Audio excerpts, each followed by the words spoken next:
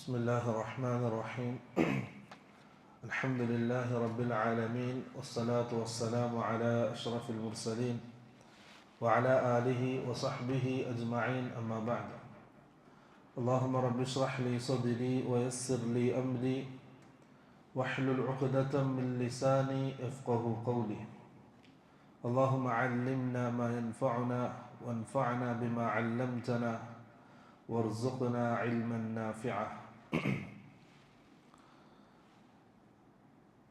അള്ളാഹു സുബ്ഹാനഹു വ തആല അള്ളാഹുവിൻ്റെ ഈ ഭവനത്തിൽ നമ്മൾ ഒരുമിച്ച് കൂട്ടിയതുപോലെ ആഖിറത്തിൽ അള്ളാഹുവിൻ്റെ ജന്നാത്തുൽ ഫിർദൗസിൽ നമ്മളെല്ലാവരെയും ഒരുമിച്ച് കൂട്ടി അനുഗ്രഹിക്കുമാറാകട്ടെ. പ്രിയമുള്ളവരെ, ഇന്ന് നമ്മൾ പറയാൻ ഉദ്ദേശിക്കുന്നത് മദീനയുടെ ചരിത്രമാണ്. മദീനയെ സംബന്ധിച്ചുള്ള ചരിത്രം. മദീനയുടെ ചരിത്രം ആരംഭിക്കുന്നത് റസൂൽ സല്ലല്ലാഹു അലൈഹി വസല്ലം മദീനയിലേക്ക് ഹിജറ പോയത് മുതലാണ് ഇസ്ലാമിക ചരിത്രം. അതിൻ്റെ മുമ്പ് മദീന യസ്രിബ് എന്നാണ് അറിയപ്പെടുന്നത്. യസ്രിബ് മദീനയിൽ ആദ്യം താമസമാക്കിയ ആൾക്കാർ അൽ അമാലിഖ എന്ന് പറഞ്ഞൊരു വിഭാഗമാണ്. അവർ അറബികളായിരുന്നു. അൽ അമാലിഖ അവർ താമസമാക്കി. പിന്നീട് അവർ ആ സ്ഥലം ഉപേക്ഷിച്ചു. കാരണം മദീന അങ്ങനെ മനുഷ്യന് ജീവിക്കാൻ പറ്റുന്നൊരു സ്ഥലമായിരുന്നില്ല. അവർ അത് ഉപേക്ഷിച്ചു, ആ നാട്. പിന്നീട് അവിടേക്ക് വരുന്നത് ജൂതന്മാരാണ്. ഷാമിൽ നിന്നും ആട്ടി ഓടിക്കപ്പെട്ട, അഥവാ ഫലസ്തീൻ, ഷാം എന്ന് പറഞ്ഞാൽ ഫലസ്തീൻ, ആ ഭാഗങ്ങൾ, മിസ്ർ, അവിടെ നിന്നൊക്കെ ആട്ടി ഓടിക്കപ്പെട്ട ജൂതന്മാർ അവർ യസ്രിബിനെ ലക്ഷ്യമാക്കി വന്നു. പിന്നീട് അവരാണ് അവിടെ താമസമാക്കിയത്. അവർ മദീനയിലേക്ക്, യസ്രിബിലേക്ക് വരാനുള്ളൊരു കാരണം തൗറാത്തിൽ യസ്രിബിനെ കുറിച്ച് പറയുന്നുണ്ട്. ഒരു പ്രവാചകൻ അവിടേക്ക് അഭയം തേടി വരുമെന്ന് തൗറാത്തിൽ പറയുന്നുണ്ട്.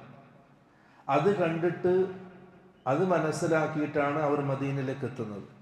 പ്രധാനപ്പെട്ട 3 ഗോത്രങ്ങളാണ്: ബനു ഖുറൈള, ബനു നളീർ, ബനു ഖൈനുഖ. ഈ 3 ജൂത ഗോത്രങ്ങളായിരുന്നു മദീനയിൽ ഉണ്ടായിരുന്നത്. അതിനുശേഷമാണ് അവിടേക്ക് ഖസ്റജ്, ഔസ് എന്നീ 2 അറബ് ഗോത്രങ്ങൾ വരുന്നത്. അപ്പോൾ മൊത്തം 5 ഗോത്രങ്ങളായിരുന്നു യസ്രിബിലെ താമസക്കാർ. ഈ ഔസും ഖസ്റജും, ഈ 2 ഗോത്രക്കാർ അവിടേക്ക് വന്നപ്പോൾ, അവർ അറബികളാണ്. ആദ്യം അവർ നല്ല ചേർച്ചയിലായിരുന്നു. ഈ ജൂതഗോത്രവുമായിട്ട് നല്ല ബന്ധത്തിലായിരുന്നു.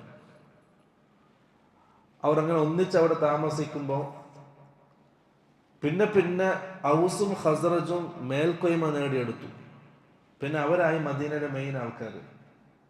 ആ ഒരു സാഹചര്യം വന്നപ്പോൾ യഹൂദികൾ അവർക്കിടയിലുണ്ടായിരുന്ന ആ കരാറ് യഹൂദികൾ ലംഘിച്ചു.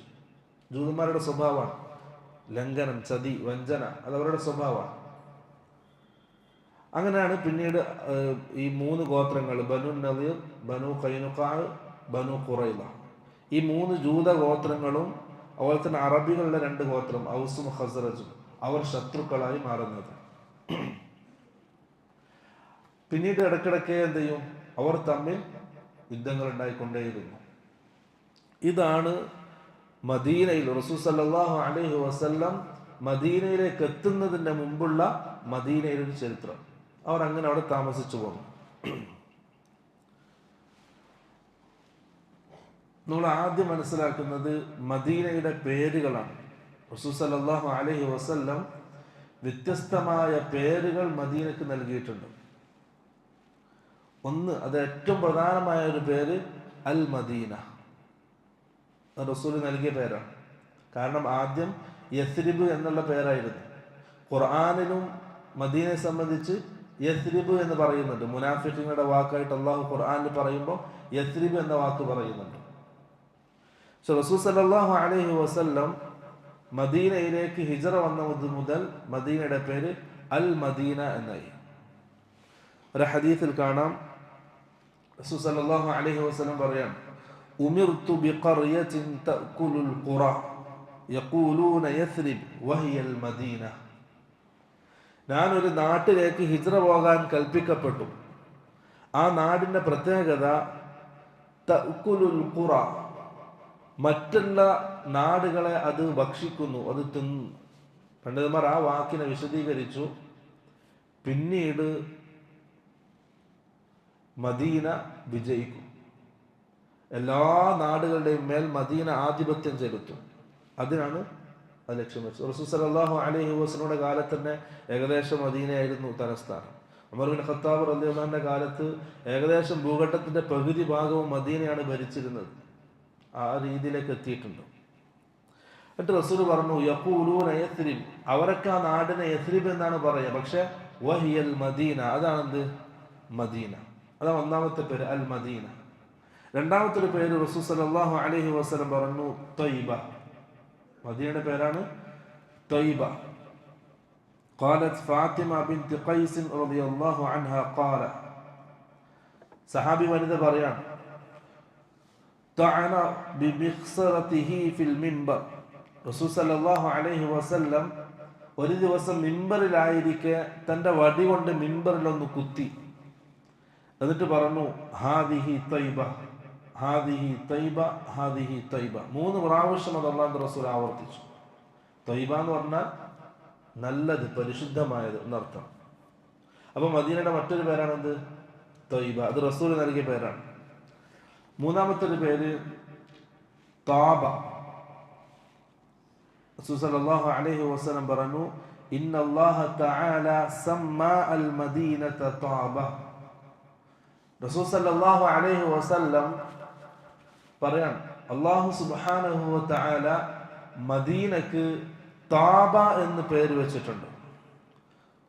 ഈ ഹദീസ് ഉദ്ധരിച്ച ജാബിർ ബിൻ സമുറ റളിയല്ലാഹു അൻഹു സഹാബി പറയാണ്, സമിഅ്തു നബിയ സല്ലല്ലാഹു അലൈഹി വസല്ലം സമ്മൽ മദീനത താബ. റസൂൽ സല്ലല്ലാഹു അലൈഹി വസല്ലം മദീനക്ക് താബ എന്ന് പേര് വെച്ചത് ഞാൻ കേട്ടിട്ടുണ്ട്, താബ എന്ന് വിളിക്കുന്നത് ഞാൻ കേട്ടിട്ടുണ്ട്. അപ്പൊ മദീനയുടെ പേര് അൽ മദീന, പിന്നെ ത്വയ്ബ, താബ. ഇതൊക്കെ ഹദീസിൽ സ്ഥിരപ്പെട്ട പേരുകളാണ്. യസ്രിബ് എന്ന പേര് റസൂലിന്റെ ഹിജ്റയ്ക്ക് ശേഷം അത് വിളിക്കുന്നത് റസൂൽ വെറുത്തു. ആ പേര് അല്ലാഹുവിന്റെ റസൂലിന് ഇഷ്ടമല്ലായിരുന്നു. കാരണം അതിന്റെ അർത്ഥം നാശം എന്നാണ്. അതിന്റെ അർത്ഥം യസ്രിബ് എന്ന പദത്തിന്റെ അർത്ഥം നാശം എന്നാണ്. കാരണം മദീനയിലെ ജനവാസം അങ്ങനെയായിരുന്നു, പ്രത്യേക രോഗങ്ങളും പ്രത്യേക കാലാവസ്ഥയും ആ ഒരു രീതിയായിരുന്നു. അതുകൊണ്ടാണ് അങ്ങനെ പേര് വന്നത് അതിന്. പക്ഷെ റസൂൽ സല്ലല്ലാഹു അലൈഹി വസല്ലം ആ പേര് വെറുത്തു. അല്ലാഹുവിന്റെ റസൂലിന് ഇഷ്ടമല്ലായിരുന്നു അങ്ങനെ വിളിക്കുന്നത്. അപ്പൊ ഈ 3 പേരുകളാണ് ഹദീസിൽ മദീനക്ക് സ്ഥിരപ്പെട്ടു വന്നത്. അടുത്തത്, ഹദീസുകളിൽ ധാരാളം ശ്രേഷ്ഠതകൾ, ഫളായിലുകൾ മദീനയെ സംബന്ധിച്ച് റസൂൽ സല്ലല്ലാഹു അലൈഹി വസല്ലം പറഞ്ഞിട്ടുണ്ട്. ഒന്ന്, അല്ലാഹുവിന്റെ റസൂലിന് ഇഷ്ടപ്പെട്ട നാടായിരുന്നു. റസൂൽ സല്ലല്ലാഹു അലൈഹി വസല്ലം പറയാം, മക്കയെ സംബന്ധിച്ച് മക്കയിൽ നിന്നും ഹിജ്റ വരുന്ന സമയം ഒരു രാത്രിയാണ് റസൂൽ പുറപ്പെടുന്നത്. അപ്പം മക്കയുടെ ഒരു പ്രാന്തപ്രദേശത്തെത്തിയപ്പോൾ റസൂല് മക്കയിലേക്ക് തിരിഞ്ഞു നിന്നു, കഅബയിലേക്ക് തിരിഞ്ഞു നിന്നു. എന്നിട്ട് അല്ലാഹുവിന്റെ റസൂൽ പറഞ്ഞ വാക്കാണ്, മാ അത്യബകി, നീ എത്ര പരിശുദ്ധവതിയാണ്. മക്കയെ സംബന്ധിച്ച് പറയാം, മിൻ ബലദിൻ വ അഹബ്ബകി ഇലയ്യ, എനിക്ക് ഏറ്റവും ഇഷ്ടപ്പെട്ട പ്രിയപ്പെട്ട നാടാണ് നീ. വലൗല അന്ന ഖൗമി അഖ്റജൂനി മിൻകി മാ സകൻതു ഗൈറകി, എൻ്റെ കൗമ് എൻ്റെ ഈ നാട്ടിൽ നിന്നും എന്നെ പുറത്താക്കിയിട്ടില്ലെങ്കിൽ നീയല്ലാത്ത വേറൊരു നാട്ടിൽ ഞാൻ താമസിക്കുമായിരുന്നില്ല. എന്തിനെ സംബന്ധിച്ച് പറഞ്ഞതാണ്? മക്കയെ സംബന്ധിച്ച്. ഹിജ്റ പോകുന്ന സമയത്ത് മക്കയെ സംബന്ധിച്ച് പറഞ്ഞതാണ്. ഇനി മദീനയിൽ എത്തിയപ്പോൾ റസൂൽ സല്ലല്ലാഹു അലൈഹി വസല്ലം ദുആ ചെയ്തു, അല്ലാഹുമ്മ ഹബ്ബിബ് ഇലൈനൽ മദീന, അല്ലാഹുവേ നമ്മൾക്ക് നീ മദീനയെ ഇഷ്ടപ്പെടുത്തണം. ഏതുപോലെ? കമാ ഹബ്ബബ്ത ഇലൈന മക്ക, മക്കയെ നമുക്ക് ഇഷ്ടമുണ്ടായിരുന്നത് പോലെ ഔ അഷദ്, അല്ലെങ്കിൽ അതിനേക്കാൾ ശക്തമായിട്ട് മദീനയോട് നമുക്ക് നീ ഇഷ്ടം നൽകണമേ എന്ന് റസൂൽ സല്ലല്ലാഹു അലൈഹി വസല്ലം ദുആ ചെയ്തു. അപ്പൊ റസൂലിന് റസൂലിന്റെ ദുആ സ്വീകരിച്ച ദുആ. അപ്പൊ മക്കയേക്കാൾ പിന്നീട് ഇഷ്ടം മദീനയുടെ അള്ളാന്റെ റസൂല്. അതാണ് ഒന്നാമത്തേത്, അള്ളാന്റെ റസൂലിന് ഇഷ്ടപ്പെട്ട നാടായിരുന്നു. രണ്ടാമത്തത് അവിടുത്തെ നിസ്കാരം. അവിടുത്തെ നിസ്കാരം റസൂൽ സല്ലല്ലാഹു അലൈഹി വസല്ലം പറഞ്ഞു, എൻ്റെ ഈ പള്ളിയിൽ, അതായത് മസ്ജിദുൻ നബവിയിൽ നിസ്കരിക്കുന്ന ഒരു നിസ്കാരം 1000 നിസ്കാരത്തിന് തുല്യമാണ്. മസ്ജിദുൽ ഹറമിലെ നിസ്കാരം, മക്കത്തെ പള്ളിയുടെ നിസ്കാരം 1,00,000 നിസ്കാരത്തിന് തുല്യമാണ്. അപ്പൊ മദീനയിലൊക്കെ പള്ളിക്ക് എന്തുണ്ട്? ശ്രേഷ്ഠതയുണ്ട്. ആ പള്ളിയിൽ നിസ്കരിക്കുമ്പം ഒരു റക്അത്ത് നിസ്കരിച്ചാൽ 1000 റക്അത്ത് നിസ്കരിച്ച പ്രതിഫലമാണ്. ഒരു ദുഹൂർ നിസ്കരിച്ചാൽ 1000 ദുഹൂർ നിസ്കരിച്ച പ്രതിഫലമാണ് മദീനത്തെ പള്ളിയിൽ. പിന്നെ റസൂൽ സല്ലല്ലാഹു അലൈഹി വസല്ലം ഒരു ഹദീസിൽ സൂചിപ്പിച്ചു, ഈമാൻ മടങ്ങുന്നത് മദീനയിലേക്കാണ്. ഇന്നൽ ഈമാന ലയറിസു ഇലൽ മദീന, ഈമാൻ മദീനയിലേക്ക് മടങ്ങും. ഏതുപോലെ? കമാ തഉറുസുൽ ഹയ്യതു ഇലാ ജുഹ്രിഹ, ഒരു പാമ്പ് അതിൻ്റെ മാളത്തിലേക്ക് മടങ്ങുന്നത് പോലെ. പാമ്പ് എപ്പോഴും മാളത്തിലേക്ക് തിരികെ പോവുക? എന്തെങ്കിലും അപകടം ശ്രദ്ധയിൽപ്പെട്ടാൽ, എന്തെങ്കിലും അപകടം മണത്താൽ പെട്ടെന്ന് എന്ത് ചെയ്യും? അഭയത്തിന് വേണ്ടിയിട്ട്, രക്ഷയ്ക്ക് വേണ്ടിയിട്ട് അത് മാളത്തിലേക്ക് തിരിച്ചു കയറും. അതേപോലെ ഈമാൻ മദീനയിലേക്ക് മടങ്ങും. സുരക്ഷിതമാകാൻ മദീനയിലേക്ക് ഈമാൻ മടങ്ങുമെന്ന് റസൂൽ സല്ലല്ലാഹു അലൈഹി വസല്ലം. അത് മദീനയുടെ ഒരു ശ്രേഷ്ഠതയാണ്. വേറെ ഹദീസിൽ റസൂൽ സല്ലല്ലാഹു അലൈഹി വസല്ലം പറഞ്ഞു, ഇന്നഹാ തയ്യിബ, മദീന പരിശുദ്ധമായതാണ്. തൻഫി അദ്ദുനൂബ്, അത് പാപങ്ങളെ ഇല്ലാതാക്കി കളയും, പാപക്കറകളെ അത് ഇല്ലാതാക്കി കളയും. കമാ തൻഫിൻ നാറു ഖബസൽ ഫിദ്ദ, സ്വർണത്തിൻ്റെയും വെള്ളിയുടെ ഒക്കെ വേസ്റ്റ് തീ കത്തിച്ച് കളയുന്നത് പോലെ, ഉരുക്കി കളയുന്നത് പോലെ മനുഷ്യനെ അവൻ്റെ പാപക്കറകളിൽ നിന്നും മദീന ശുദ്ധമാക്കിയെടുക്കുമെന്ന് റസൂൽ സല്ലല്ലാഹു അലൈഹി വസല്ലം. അത് മദീനയുടെ ശ്രേഷ്ഠതയാണ്. വേറെ ഹദീസിൽ കമാ യൻഫിൽ കീറു ഖബസൽ ഹദീദ്, ഈ കൊല്ലപ്പണിക്കാരൻ ഇരുമ്പിനെ ചൂടാക്കിയിട്ട് അതിനെ ശുദ്ധീകരിക്കുന്നുണ്ടല്ലോ, അതേപോലെ മനുഷ്യന്റെ ഹൃദയത്തെ മദീന ശുദ്ധീകരിക്കും പാപക്കറകളിൽ നിന്ന്. ഇതൊക്കെ മദീനയെ സംബന്ധിച്ച് റസൂൽ സല്ലല്ലാഹു അലൈഹി വസല്ലം പറഞ്ഞ ഹദീസുകളാണ്. വേറൊരു ഹദീസ് റസൂൽ സല്ലല്ലാഹു അലൈഹി വസല്ലം പറഞ്ഞു, ഇന്നഹാ ഹറമുൻ ആമിനുൻ, മദീന സമാധാനത്തിന്റെ നാടാണ്, നിർഭയത്വത്തിന്റെ നാടാണ്. അവിടെ പേടിക്കാനില്ല, അവിടെ നിർഭയത്വം ഉണ്ടാവും, സമാധാനത്തിന്റെ നാടാണത്. എന്നിട്ട് റസൂൽ പറഞ്ഞു, മൻ അറാദഹാ ബിസൂഇൻ, ആരെങ്കിലും മദീനയിൽ എന്തെങ്കിലും പ്രശ്നം ഉണ്ടാക്കാൻ തീരുമാനിച്ചാൽ, എന്തെങ്കിലും ഒരു കുഴപ്പം ഉണ്ടാക്കാൻ ആരെങ്കിലും ഉദ്ദേശിച്ചാൽ, അദാബഹുല്ലാഹു, അല്ലാഹു അവനെ അലിയിപ്പിച്ചു കളയും. കമാ യദൂബുൽ മിൽഹു ഫിൽ മാ, വെള്ളത്തിൽ ഉപ്പലിയുന്നത് പോലെ അല്ലാഹു അവനെ നശിപ്പിച്ചു കളയും. മദീനയിൽ ആരെങ്കിലും കുഴപ്പമുണ്ടാക്കാൻ തീരുമാനിച്ചാൽ. വേറെ ഹദീസിൽ മൻ അഖാഫ അഹ്ലൽ മദീന, ആരെങ്കിലും മദീനക്കാരെ പേടിപ്പിച്ചാൽ, അവരെ ഉപദ്രവിച്ചാൽ, ളാലിമൻ ലഹും, അവർക്ക് എന്തെങ്കിലും അക്രമങ്ങൾ ഉണ്ടാക്കി, അല്ലെങ്കിൽ അവിടുത്തെ ആൾക്കാരെന്തെങ്കിലും പേടിപ്പിച്ചു, അങ്ങനെയാണെങ്കിൽ അഖാഫഹുല്ലാഹു, അല്ലാഹു സുബ്ഹാനഹു വ തആല അവനെ പേടിപ്പിക്കും, അവനെ ഉപദ്രവിക്കും. വകാനത അലൈഹി ലഅനത്തുല്ലാഹി വൽ മലായികതി വന്നാസി അജ്മഈൻ, അല്ലാഹുവിൻ്റെയും മലക്കുകളുടെയും മുഴുവൻ മുഅ്മിനീങ്ങളുടെയും ശാപം അവനുണ്ടാകും മദീനയിൽ ആരെങ്കിലും കുഴപ്പമുണ്ടാക്കിയാൽ, മദീനയിൽ താമസിക്കുന്ന ആൾക്കാരെ ആരെങ്കിലും ഉപദ്രവിച്ചാൽ. അത്രയും ശ്രേഷ്ഠത റസൂൽ സല്ലല്ലാഹു അലൈഹി വസല്ലം മദീനയെ സംബന്ധിച്ച് പറഞ്ഞിട്ടുണ്ട്. ഒരു ഹദീസിൽ ലാ യുഖ്ബലു മിൻഹു സർഫുൻ വലാ അദ്ലുൻ, മദീനയിൽ ആരെങ്കിലും കുഴപ്പമുണ്ടാക്കാൻ തീരുമാനിച്ചാൽ, അവിടെ താമസിക്കുന്ന ആരെങ്കിലും പേടിപ്പിച്ചാൽ, അല്ലാഹു സുബ്ഹാനഹു വ തആല അവന്റെ ഫർളും സുന്നത്തുമായ ഒരു ഇബാദത്തും ഒരു അമലും അല്ലാഹു അവനിൽ നിന്ന് സ്വീകരിക്കൂല. മദീനയുടെ ശ്രേഷ്ഠതയാണ്. പിന്നെ റസൂൽ പറഞ്ഞു, ഇബ്രാഹിം നബി അലൈഹിസ്സലാമാണ് മക്കൾക്ക് ഹറം നിശ്ചയിച്ചത്. അതേപോലെ റസൂൽ സല്ലല്ലാഹു അലൈഹി വസല്ലം മദീനയെ ഹറമായി പ്രഖ്യാപിച്ചു. ഒരു ഹദീസിൽ ഇന്ന ഇബ്രാഹിം ഹറമ മക്ക, ഇബ്രാഹിം നബി അലൈഹിസ്സലാം മക്കയെ ഹറമായി പ്രഖ്യാപിച്ചു. വ ഇന്നി ഹറംതുൽ മദീന, ഞാൻ മദീനയെ ഹറമായി പ്രഖ്യാപിക്കുന്നു. എന്നിട്ട് അതിൻ്റെ അതിര് പറഞ്ഞു, ഹറമിൻ്റെ അതിര്. തെക്ക് വടക്ക് ഐർ സൗർ എന്ന രണ്ട് മലകളാണ്. തെക്ക് വടക്കിൽ ഐർ സൗർ. അതുപോലെ തന്നെ കിഴക്ക് പടിഞ്ഞാറ് മാ ബൈന ലാബത്തൈഹ, കിഴക്ക് പടിഞ്ഞാറ് രണ്ട് മലകൾ, ലാബത്ത് എന്ന് പറഞ്ഞ രണ്ട് മലകൾ. ഈ 4 മലകളാൽ ചുറ്റപ്പെട്ടതാണ് മദീന. അതാണ് ഹറം. സല്ലല്ലാഹു അലൈഹി വസല്ലം മദീനയുടെ ഹറമിൻ്റെ പരിധി പറഞ്ഞതാണ്. ഇന്നതിൻ്റെ അടയാളങ്ങളുണ്ട്. ഇന്നതുണ്ട്. ആ മലകൾ പൂർണ്ണമായിട്ടില്ലെങ്കിലും അതിന് അതിര് നിശ്ചയിച്ചിട്ടുണ്ട്. ഉംറക്കൊക്കെ പോയാൽ നമ്മൾ ദുൽഹുലൈഫയിൽ നിന്ന് ഇഹ്റാം കെട്ടുമല്ലോ. മദീനയിൽ നിന്നും മക്കത്തേക്ക് പോകുന്നുണ്ടെങ്കിൽ ദുൽഹുലൈഫയിൽ നിന്ന് എന്ത് ചെയ്യും? ഇഹ്റാം കെട്ടും. ആ പള്ളിയിൽ എടുക്കുന്നെങ്കിൽ കാണാം ഇങ്ങനെ ഓരോ വലിയ ഇതാക്കി വെച്ചിട്ട് ഹറമിൻ്റെ അതിരാണ്. അത് റസൂൽ സല്ലല്ലാഹു അലൈഹി വസല്ലം നിശ്ചയിച്ചതാണ്. അതുകൊണ്ട് തന്നെ വലാ യുഹ്മലു ഫീഹാ സിലാഹുൻ ലിഖിതാലിൻ, മദീനത്ത് എന്ത് പാടില്ല? ആയുധമേന്താൻ പാടില്ല.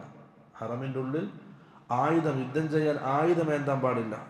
വലാ യുസാദു സൈദുഹ, ഹറമിൻ്റെ ഉള്ളിൽ നിന്നും വേട്ടയാടാൻ പാടില്ല. അവിടുത്തെ മൃഗങ്ങളെ പിടിക്കാൻ പാടില്ല. വലാ യുഖ്തഉ ഇലാഹുഹ, അതിലുള്ള മരങ്ങൾ മുൾച്ചെടികൾ പറിക്കാൻ പാടില്ല. ഇതൊക്കെ ഹറമിനെ സംബന്ധിച്ച് പറഞ്ഞത്. മക്കയിലും മദീനത്തും മക്കത്ത് രണ്ടും ഹറമിന് എന്തില്ല? ഈ കാര്യങ്ങളൊന്നും ചെയ്യാൻ പാടില്ല. അടുത്തത്,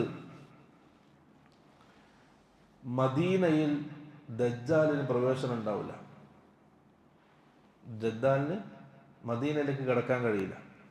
ഹദീസിൽ റസൂൽ സല്ലല്ലാഹു അലൈഹി വസല്ലം പറഞ്ഞു, യഅതി ദജ്ജാലു വഹുവ മുഹറമുൻ അലൈഹി അൻ യദ്ഖുല നിഖാബൽ മദീന, മദീനയുടെ ചതുപ്പ് പ്രദേശങ്ങളിൽ ദജ്ജാൽ വരും മദീനയിലേക്ക് കടക്കാൻ വേണ്ടിയിട്ട്. പക്ഷേ വഹുവ മുഹറമുൻ അലൈഹി, ആ മദീന ദജ്ജാലിന് നിഷിദ്ധമാക്കപ്പെട്ട സ്ഥലമാണ്, അങ്ങോട്ടേക്ക് പ്രവേശിക്കാൻ കഴിയില്ല. വേറെ ഹദീസ് റസൂൽ സല്ലല്ലാഹു അലൈഹി വസല്ലം പറഞ്ഞു, ദജ്ജാൽ പറയുന്നതായിട്ട്, വ ഇന്നി ഊശികു അൻ യഉദന ലീ ഫിൽ ഖുറൂജ്, എനിക്ക് ജനങ്ങളിലേക്ക് പുറപ്പെടാൻ അനുവാദം നൽകുക അടുത്തിരിക്കുന്നു. ഫഅഖ്റുജ്, അങ്ങനെ അനുവാദം കിട്ടിയാൽ ഞാൻ പുറപ്പെടും. ഫഅസീറ ഫിൽ അർളി, ഭൂമിയിൽ ഞാൻ സഞ്ചരിക്കും. ഫലാ അദഅ ഖർയതൻ ഇല്ലാ ഹബതുഹ, ഒരു നാടും ഞാൻ പ്രവേശിക്കാതെ വിടൂല. ഭൂമിയിൽ എല്ലാ സ്ഥലത്തും ദജ്ജാൽ എത്തും. ഫി 40 ലൈല, 40 രാത്രിയോട്. അതിപ്പോൾ 40 ദിവസം ദജ്ജാൽ ഉണ്ടാവുക. ആ 40 രാത്രി കൊണ്ട് ഭൂമിയുടെ എല്ലാ സ്ഥലത്തും അവൻ എത്തും. ഗൈറ മക്ക വ തൈബ, മക്കയും മദീനയും ഒഴിച്ചു. ഫഹുമാ മുഹറമതാനി അലയ്യ, ആ മക്കയും മദീനയും എനിക്ക് നിഷിദ്ധമാക്കപ്പെട്ടിട്ടുണ്ട്. കിൽതാഹുമാ ഔ കുല്ലമാ അറദ്തു അൻ അദ്ഖുല വാഹിദതൻ മിൻഹുമാ, ആ മക്കയിലേക്കോ മദീനയിലേക്കോ നാം പ്രവേശിക്കാൻ എടുത്താൽ, അതിലേക്ക് കയറാൻ ഉദ്ദേശിച്ചാൽ, ഇസ്തഖ്ബലനി മലകുൻ, എനിക്ക് മുന്നിൽ മലക്കുകൾ വരും. ബിയദിഹി അസ്സൈഫു സൽതൻ യസുദ്ദുനി അൻഹാ, ആ മലക്കുകളുടെ കയ്യിൽ വാളുകളുണ്ടാവും, അതുകൊണ്ട് തന്നെ അവർ തടയും. സഹിഹ ഹദീസാണ്. ആ രീതിയിൽ മലക്കുകളാൽ മദീനയും മക്കയും സംരക്ഷിക്കപ്പെട്ടതാണ്. ഇതും മദീനയുടെ ഒരു ഫളായിലായിട്ട് നമുക്ക് മനസ്സിലാക്കാൻ കഴിയും. വേറെ ഹദീസ് സല്ലല്ലാഹു അലൈഹി വസല്ലം പറഞ്ഞു, അലാ അൻഖാബിൽ മദീനതി മലായികത്തുൻ ലാ യദ്ഖുലുഹാ അത്താഊൻ വലദ്ദജ്ജാൽ, മദീനക്ക് ചുറ്റും മലക്കുകൾ സംരക്ഷണം ഒരുക്കിയിട്ടുണ്ട്. ദജ്ജാലും അതുപോലെ തന്നെ താഊൻ, പ്ലേഗ് രോഗം, ഇത് മദീനയിലേക്ക് പ്രവേശിക്കുകയില്ല. അത് റസൂൽ സല്ലല്ലാഹു അലൈഹി വസല്ലം പ്രത്യേകം ദുആ ചെയ്തതാണ്. ആദ്യകാലത്ത് മദീനയിൽ ഒരു പ്രത്യേക രോഗം ഉണ്ടായിരുന്നു. ആര് മദീനത്തേക്ക് വന്നാലും ആ രോഗം അവനെ പിടികൂടും. അതിൽ നിന്നും രക്ഷപ്പെടുക എന്നുള്ളത് വളരെ അപൂർവമാണ്. സഹാബാക്കൾ മദീനയിലേക്ക് ഹിജറ വന്നപ്പോൾ പകുതി ആൾക്കാർക്കും രോഗം ഉണ്ടായിരുന്നു. റസൂൽ സല്ലല്ലാഹു അലൈഹി വസല്ലം ദുആ ചെയ്തു. അങ്ങനെ ആ വബാ, ഇത് മദീനയിൽ നിന്നും ഉയർത്തപ്പെട്ടു. അങ്ങനെ ഖിയാമത്ത് നാൾ വരെ മദീനയിലേക്ക് എന്തില്ല, ആ രോഗം തിരിച്ചു വരില്ല. അത് റസൂൽ സല്ലല്ലാഹു അലൈഹി വസല്ലം പ്രത്യേകം എടുത്തു പറഞ്ഞതാണ്.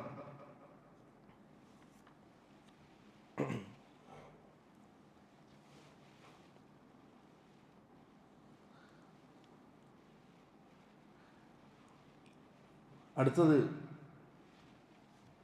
ഭൂമിയിൽ താമസിക്കാൻ ഏറ്റവും ഖൈറായ സ്ഥലം മദീനയാണ്. ഒരു മനുഷ്യൻ താമസിക്കാൻ ഏറ്റവും ഖൈറായ സ്ഥലം മദീനയാണ്. റസൂൽ സല്ലല്ലാഹു അലൈഹി വസല്ലം പറഞ്ഞു, യഅതി അലന്നാസി സമാനു, ജനങ്ങൾക്ക് പിന്നീട് ഒരു കാലഘട്ടം വരും. ആ കാലഘട്ടത്തിൽ യദ്ഉ റജുലു ഇബ്ന അമ്മിഹി വഖരീബഹു, ഒരാള് തൻ്റെ കുടുംബക്കാരെയൊക്കെ മദീനയിൽ നിന്നും വിളിക്കും. ഹലുമ്മ ഇലർ റഖാ, ഹലുമ്മ ഇലർ റഖാ, മദീനയിൽ താമസിക്കേണ്ട അതിനേക്കാൾ നല്ല സ്ഥലം വേറെയുണ്ട്, താമസിക്കാൻ യോഗ്യമായ സ്ഥലം വേറെയുണ്ട്, നല്ല സുഖത്തിലും സൗകര്യത്തിലും ജീവിക്കാൻ പറ്റിയ സ്ഥലം വേറെയുണ്ട് എന്ന് പറഞ്ഞിട്ട് ഒരാളെന്ത് ചെയ്യും, മദീനയിൽ നിന്നും അവൻ്റെ കുടുംബക്കാരെ തിരിച്ചു വിളിക്കും. പക്ഷെ റസൂൽ സല്ലല്ലാഹു അലൈഹി വസല്ലം പറഞ്ഞു, ഫൽ മദീനതു ഖൈറുൽ ലഹും ലൗ കാനൂ യഅലമൂൻ, അവർ മനസ്സിലാക്കിയിരുന്നെങ്കിൽ മദീനയാണ് അവർക്ക് ഏറ്റവും ഖൈറായ സ്ഥലം ജീവിക്കാൻ. മദീനയിൽ പ്രത്യേക സുഖമാണ് മദീനയിൽ ജീവിക്കാൻ. അല്ലാഹുവിന്റെ റസൂൽ ആ രീതിയിൽ ദുആ ചെയ്തിട്ട് മദീനക്ക് വേണ്ടിയിട്ട്.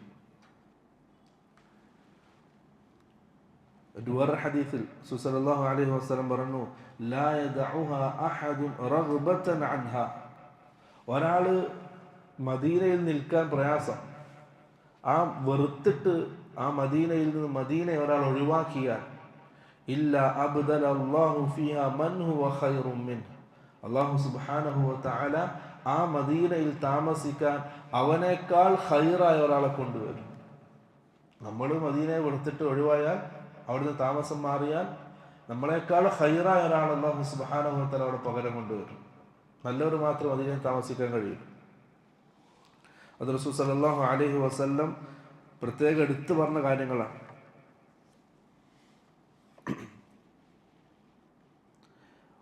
വേറൊന്ന് മദീനയിലുള്ള ബർക്കത്താണ്. റസൂൽ സല്ലല്ലാഹു അലൈഹി വസല്ലം മദീനയിൽ ബർക്കത്തിന് വേണ്ടിയിട്ട് പ്രത്യേകം ദുആ ചെയ്തു. അല്ലാഹുമ്മ ബാരിക് ലനാ ഫീ മദീനത്തിന, അല്ലാഹുവേ നമ്മുടെ മദീനയിൽ നീ ബർക്കത്ത് നൽകണം. അല്ലാഹുമ്മ ജഅൽ ബിൽ മദീനതി ളിഅഫൈ മാ ബിമക്കത മിനൽ ബറക, അല്ലാഹു മക്കയ്ക്ക് നീ ബർക്കത്ത് നൽകിയിട്ടുണ്ട്, അതിൻ്റെ നേരെ ഇരട്ടി ബർക്കത്ത് നീ മദീനക്ക് നൽകണമെന്ന് അല്ലാഹുവിന്റെ റസൂൽ ദുആ ചെയ്തിട്ടുണ്ട്. അപ്പം മദീനത്തുള്ള എല്ലാത്തിനും എന്തുണ്ടാവും, ബർക്കത്ത് ഉണ്ടാവും.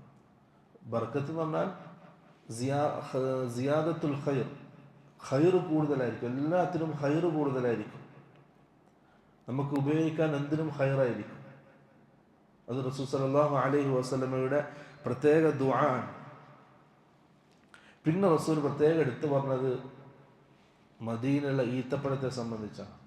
മദീനയുള്ള ഈത്തപ്പഴത്തിനും പ്രത്യേകതയുണ്ട്, സാധാരണ ഈത്തപ്പഴം പോലെയല്ല.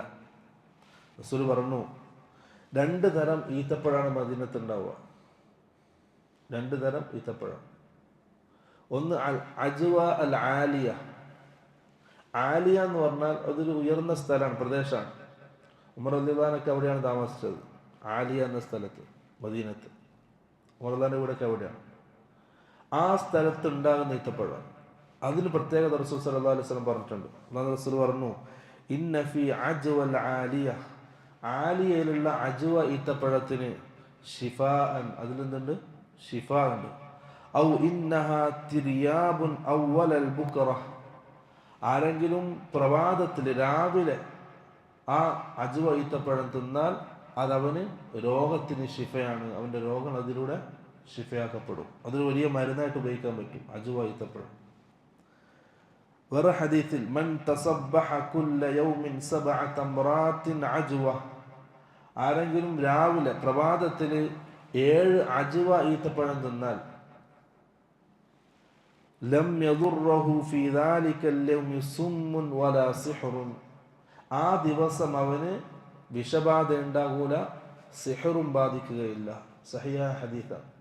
മദീനയിലെ ഈത്തപ്പഴത്തിൻ്റെ ഫضീല റസൂൽ സല്ലല്ലാഹു അലൈഹി വസല്ലം പറഞ്ഞത്. പക്ഷെ നമ്മൾ ഇന്ന് അജ്വ എന്ന് പറഞ്ഞിട്ട് കുറേ തരം ഈത്തപ്പഴം ഉണ്ട് മാർക്കറ്റിൽ.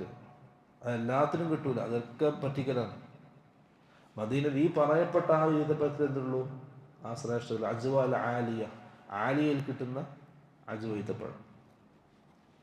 അത് റസൂൽ സല്ലല്ലാഹു അലൈഹി വസല്ലം പ്രത്യേകം എടുത്തു പറഞ്ഞതാണ്.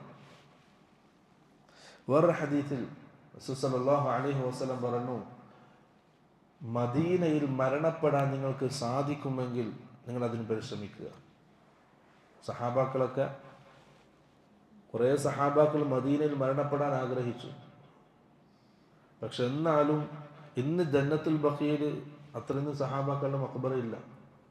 വളരെ കുറച്ചു സഹാബാക്കളെ ജന്നത്തുൽ ബഖീൽ ദഫൻ ചെയ്യപ്പെട്ടിട്ടുള്ളൂ. പക്ഷെ അവർ എന്തായി? ദീനിന്റെ ദഅവത്തിന് വേണ്ടിയിട്ട് ലോകത്തിന്റെ നാനാഭാഗങ്ങളിലേക്ക് പോയി. ഈ വലിയ ഖൈർ ഉപേക്ഷിച്ചിട്ടാണ് അവർ ദീനിന്റെ ദഅവത്തിന് വേണ്ടി പോയത്. അപ്പം എന്താണ്? ഇതിനേക്കാൾ ഖൈറാണ് ദീനിന്റെ ദഅവത്ത്, ദീനെത്തിക്കണം. ഇന്ന് ജന്നത്തുൽ ബഖീൽ, മദീനയിലെ ഖബർസ്ഥാനാണ് ജന്നത്തുൽ ബഖീൽ. അതിൽ കുറച്ച് സഹാബാക്കളേ ഉള്ളൂ. ബാക്കി എല്ലാവരും ദുനിയാവിന്റെ പല ഭാഗങ്ങളിലായിട്ട് അവരുടെ ഖബറുകളാണ്. കാരണം ഈ ഖൈർ ഒഴിവാക്കിയിട്ടാണ് അവർ എന്ത് ചെയ്തത്? അള്ളാഹിന്റെ ദീനിന് വേണ്ടി പണിയെടുത്തത്. അതാണ് ഉന്നതമായ സ്ഥാനത്തേക്ക് സഹാബാക്കൾ എത്തിയത്. റസൂൽ സല്ലല്ലാഹു അലൈഹി വസല്ലം പറഞ്ഞു, മൻ ഇസ്തതാഅ മിൻകും അൻ യമൂത ബിൽ മദീന, നിങ്ങൾക്ക് ആർക്കെങ്കിലും മദീനയിൽ മരണപ്പെടാൻ സാധിക്കുമെങ്കിൽ ഫല്യമുത് ബിഹാ, ആ മദീനയിൽ നിങ്ങൾ മരിക്കുക. കാരണം ഫഇന്നി അശ്ഫഉ ലഹു, ഖിയാമത്ത് നാളിൽ ഞാൻ അവന് പ്രത്യേകമായിട്ട് ശഫാഅത്ത് ചെയ്യും. ഔ അഷ്ഹദു ലഹു, അല്ലെങ്കിൽ അവന് വേണ്ടി ഞാൻ സാക്ഷി നിൽക്കുമെന്ന് റസൂൽ സല്ലല്ലാഹു അലൈഹി വസല്ലം. അപ്പോൾ മദീനയിൽ മരിക്കുന്നതിന് എന്തുണ്ട്? ഫضലുണ്ട്. ഉമർ ബിൻ ഖത്താബ് റളിയല്ലാഹു അൻഹു, അദ്ദേഹത്തിന്റെ ദുആ, അല്ലാഹുമ്മ ർസുഖ്നി ഷഹാദതൻ ഫീ സബീലിക്, മറുതാന്റെ ദുആ, അല്ലാഹുവേ നിന്റെ മാർഗത്തിൽ ഷഹീദാൻ നീ എനിക്ക് സൗഭാഗ്യം നൽകണം. വജഅൽ മൗതി ഫീ ബലദി റസൂലിക്, എൻ്റെ മരണം നിന്റെ റസൂലിന്റെ നാട്ടിലായിരിക്കണം. ഇത് ഉമറുല്ലാന്റെ ദുആ. രണ്ടും എന്തായി? സ്വീകരിക്കപ്പെട്ട ദുആയി. ഷഹീദായിട്ടാണ് മരണപ്പെട്ടത്, അല്ലാഹുവിന്റെ റസൂലിന്റെ നാട്ടിലാണ് മരണപ്പെട്ടത്. ഇതാണ് ഏകദേശം മദീനയെ പറ്റിയിട്ട് അതിൻ്റെ ഫളായിലായിട്ട് റസൂൽ സല്ലല്ലാഹു അലൈഹി വസല്ലം പറഞ്ഞ ഹദീസുകൾ ധാരാളം ഉണ്ട്. ഞാൻ ചുരുക്കി പറഞ്ഞതാണ്. നമ്മൾ നോക്കേണ്ടത്, മദീനയിൽ നമ്മളിപ്പോൾ മദീനയിലേക്ക് പോയാൽ അവിടെ നമ്മൾ സന്ദർശിക്കാനും മശ്റൂആയ സ്ഥലങ്ങളുണ്ട്. എവിടേക്കാണ് നമ്മൾ പോകേണ്ടത്? ഒന്ന് അൽ മസ്ജിദുൻ നബവി, റസൂൽ സല്ലല്ലാഹു അലൈഹി വസല്ലമയുടെ പള്ളി മസ്ജിദുൻ നബവി. രണ്ട് മസ്ജിദ് ഖുബ. മൂന്ന് ജബലു ഉഹുദും അവിടുത്തെ മഖ്ബറത്തു ഷുഹദാഇ ഉഹുദ്, ഉഹുദിൽ ഷഹീദായ സഹാബാക്കളുടെ മഖ്ബറ സിയാറത്ത് മശ്റൂആണ്. പിന്നെ വാദി അൽ അഖീഖ്, ഉഹുദിന്റെ താഴ്വരയിൽ ഉഹുദിന്റെ ചേർന്നുള്ളൊരു താഴ്വരയാണ് വാദി അൽ അഖീഖ്. അതിൻ്റെ ഇൻഷാഅല്ലാഹ് സംബന്ധിച്ച് പറയാം. പിന്നെ ജന്നത്തുൽ ബഖീ. ഈ 5 സ്ഥലങ്ങളാണ് നമ്മൾ സന്ദർശിക്കാനുള്ളത് മദീനയിൽ. മറ്റൊന്നിനും വലിയ പ്രത്യേകതകളൊന്നുമില്ല. ഈ പറയപ്പെട്ട 5 സ്ഥലങ്ങൾ. ഇപ്പം ഒന്നാമത്തത് മസ്ജിദുൻ നബവി. നമുക്ക് ഓരോന്നിനെ സംബന്ധിച്ച് എന്ത് ചെയ്യാം? കുറച്ച് പറയാം. 5 സ്ഥലങ്ങളെ സംബന്ധിച്ച് കുറച്ച് പറയാം. ഒന്ന് മസ്ജിദുൻ നബവി. മസ്ജിദുൻ നബവി റസൂൽ സല്ലല്ലാഹു അലൈഹി വസല്ലം മദീനയിലേക്ക് വന്നതിന് ശേഷം നിർമ്മിച്ച ആദ്യത്തെ പള്ളിയാണ്. മദീനയിലേക്ക് എത്തിയതിനു ശേഷം നിർമ്മിച്ച ആദ്യത്തെ പള്ളി. അതുപോലെ തന്നെ നബിമാരുടെ കൈകളാൽ നിർമ്മിക്കപ്പെട്ട അവസാനത്തെ പള്ളിയും മസ്ജിദുൻ നബവിയാണ്. കാരണം അതിൻ്റെ മുമ്പൊക്കെ പ്രവാചകന്മാരുടെ കൈകളാൽ നിർമ്മിക്കപ്പെട്ട കുറേ പള്ളികളുണ്ട്. അവസാനമായിട്ട് ഒരു പ്രവാചകൻ നിർമ്മിച്ച പള്ളിയാണ് മസ്ജിദുൻ നബവി. കാരണം റസൂൽ സല്ലല്ലാഹു അലൈഹി വസല്ലമക്ക് ശേഷം വേറൊരു പ്രവാചകനില്ല. റസൂൽ പറഞ്ഞു, ഫഇന്നി ആഖിറുൽ അംബിയ, അംബിയാക്കന്മാരിൽ ഞാനാണ് അവസാനത്തെ ആള്. വഇന്ന മസ്ജിദി ആഖിറുൽ മസാജിദ്, എൻ്റെ ഈ പള്ളി അംബിയാക്കൾ നിർമ്മിച്ച അവസാനത്തെ പള്ളിയാണ്. ഒന്ന് കഅബ, മസ്ജിദുൽ ഹറാം, അതുപോലെ തന്നെ മസ്ജിദുൽ അഖ്സ. ഇതൊക്കെ അറിയപ്പെട്ട അംബിയാക്കന്മാർ നിർമ്മിച്ച പള്ളികളാണ്. അതല്ലാത്തതുണ്ട്. ചരിത്രത്തിൽ അറിയപ്പെടുന്നതൊക്കെയാണ്. കാബയുടെ ഇൻഷാ അല്ലാഹ് കാബയുടെയും മക്കയുടെയും ചരിത്രമൊക്കെ ഇൻഷാ അല്ലാഹ് വേറൊരു ദിവസം വിശദീകരിക്കാം ഇൻഷാ അല്ലാഹ്. പിന്നെ റസൂൽ സല്ലല്ലാഹു അലൈഹി വസല്ലം ആ പള്ളിയെ സംബന്ധിച്ച് പറഞ്ഞു, സലാത്തുൻ ഫീ മസ്ജിദി ഹാദാ ഖൈറും മിൻ അൽഫി സലാത്തിൻ ഫീമാ സിവാഹു. എൻ്റെ ഈ പള്ളിയുള്ള നിസ്കാരം ഇതല്ലാത്ത മറ്റ് പള്ളികളിൽ നിസ്കരിക്കുന്നതിനേക്കാൾ 1000 മടങ്ങ് പ്രതിഫലമുള്ളതാണ്. ഇല്ലൽ മസ്ജിദ് അൽ ഹറാം, മസ്ജിദ് അൽ ഹറാം ഒഴിച്ചു. മസ്ജിദ് അൽ ഹറാമിൽ 1,00,000 പ്രതിഫലമാണ്. നമ്മൾ സാധാരണ പോവും, ഒരു ആൾക്കാർ ഉംറക്കൊക്കെ പോകും. ഇപ്പോൾ മദീനത്തേക്ക് സിയാറത്തിന് വേണ്ടി വരും. നമ്മൾ മനസ്സിലാക്കേണ്ടത്, നമ്മുടെ നാട്ടിൽ ഇപ്പോൾ ഉംറ, ഹജ്ജ് ഇതൊക്കെ ഇബാദത്ത് എന്തുമായി ബന്ധപ്പെട്ടതാണ്? മക്കയുമായി ബന്ധപ്പെട്ടതാണ്. മദീനക്കെന്തില്ല, ഈ രീതിയിലുള്ള യാതൊരു അമലും മദീനത്തില്ല. മദീനത്തുള്ളത് ഈ 5 സ്ഥലങ്ങളാണ്. അത് സന്ദർശിക്കാൻ സിയാറത്തിനുള്ള സ്ഥലങ്ങളാണ്. ഞാൻ ഈ പറഞ്ഞ 5 സ്ഥലങ്ങൾ സിയാറത്തിനുള്ളത്. മറ്റൊരു ഇബാദത്ത് എന്തില്ല, മദീനയിലില്ല. പക്ഷെ നമ്മുടെ നാട്ടിൽ സാധാരണ പറയലെന്താ, മദീന. എല്ലാവർക്കും മദീന മദീന. ആരും മക്കൾക്ക് ആരും പറയും. ഇപ്പോൾ ഒരാൾ ഉംറക്കുവാണ്, ഇലൽ മദീന, അവൻ്റെ സ്റ്റാറ്റസ് ദാ പുണ്യ പ്രവാചകന്റെ മദീനയിലേക്ക്. അവൻ പോകുന്നിടത്തേക്ക് ഉംറ ഹജ്ജ് മക്കത്തല്ലേ. അത് അങ്ങനെ ഉണ്ടാക്കിയെടുത്തതാണ് ആൾക്കാർ. മദീനത്തെ പള്ളിക്ക് 1000 പ്രതിഫലമാണ്, മക്കത്തെ പള്ളിക്കോ 1,00,000. വീട് ആൾക്കാർ ഉംറക്ക് പോകും. നല്ല ഹോട്ടലിൽ റൂമുണ്ടാവും, പള്ളീൻ്റെ അടുത്തായിരിക്കും ഹോട്ടൽ. ജുമാക്കൊക്കെ പള്ളിയിൽ പോകും. മറ്റുള്ള വക്തിനോ റൂമിൽ നിസ്കരിക്കുന്ന ആൾക്കാരുണ്ട്, അല്ലെങ്കിൽ റൂമിൻ്റെ അടുത്ത ഹോട്ടലിലെ മുസല്ലയിൽ നിസ്കരിക്കുന്ന ആൾക്കാരുണ്ട്. വലിയ അബദ്ധമാണ് ചെയ്യുന്നത്. ജീവിതത്തിൽ നമ്മളെ പോലത്തെ ആൾക്കാർക്ക് എപ്പോഴെങ്കിലും കിട്ടുന്ന ഒരു അവസരമാണ് മസ്ജിദ് നബവി നിസ്കരിക്കുക എന്നുള്ളത്, അല്ലെങ്കിൽ മക്കത്തെ പള്ളിയിൽ നിന്ന് നിസ്കരിക്കുക എന്നുള്ളത്. ആ വലിയൊരു പ്രതിഫലം നഷ്ടപ്പെടുത്താണ് ശരിക്കും. നമ്മൾ അവിടെ മദീനത്തുണ്ടാകുന്ന സമയത്ത് മസ്ജിദുൽ ഗമാമ എന്നൊരു പള്ളിയുണ്ട്. കുറേ പള്ളികളുണ്ട്, ചുറ്റുന്ന കുറേ പള്ളികളുണ്ട്. അവിടെ ഇശാ നിസ്കരിക്കാൻ ഞാൻ കയറി പോവാണ്. അപ്പോൾ അവിടുത്തെ ഇമാം പറഞ്ഞു, എന്ത് ചോദിച്ചു, നമ്മൾ നിസ്കരിക്കാനാണ്. അവിടെ 1000 പ്രതിഫലമുള്ള സ്ഥലമുണ്ട്, അവിടെ പോയിക്കോ. നിങ്ങൾക്കൊന്നും പിന്നെ ജീവിതത്തിൽ ചിലപ്പോൾ എന്ത് ചെയ്യില്ല, അവസരം കിട്ടിക്കൊള്ളുന്നില്ല. ആ ഇമാമ് നമ്മളെ തിരിച്ചയച്ചു മസ്ജിദ് നബവിയിലേക്ക്. നമ്മളിങ്ങനെ നമ്മുടെ മനസ്സ് പുതുമ ആഗ്രഹിക്കലാണ് ഇതിലോ ഒരിങ്ങനെ. അത് കാരണം മസ്ജിദ് നബവിന്റെ ചുറ്റുഭാഗത്ത് തന്നെ ഓരോ ചരിത്ര സംഭവവുമായി ബന്ധപ്പെട്ട കുറേ പള്ളികളുണ്ട്. റസൂൽ നിസ്കരിച്ച സ്ഥലം, അബൂ സിദ്ദീഖ് നിസ്കരിച്ച സ്ഥലം, റസൂലിന് മേഘം തണലായി നിന്ന സ്ഥലം, അവിടെയൊക്കെ പള്ളികളുണ്ട്. അപ്പം ഈ അമീറന്മാർ എന്ത് ചെയ്യും, ഇങ്ങനെ ചരിത്രം പറഞ്ഞു കൊടുത്തിട്ട് ഓരോ പള്ളിയിലേക്ക് ഇങ്ങനെ കൂട്ടി കൊണ്ടുപോകും. ശരിക്കും വലിയൊരു ഖൈറാണ് അവിടെ നഷ്ടപ്പെടുത്തുന്നത്. അപ്പം മദീനത്തും മക്കത്തും അഥവാ എത്തിപ്പെട്ടിട്ടുണ്ടെങ്കിൽ അള്ളാഹുവിന്റെ തൗഫീഖോടുകൂടി മസ്ജിദുൽ ഹറാമിലും മസ്ജിദുൽ നബവിയിലും മാത്രം നിസ്കരിക്കാൻ പാടുള്ളൂ.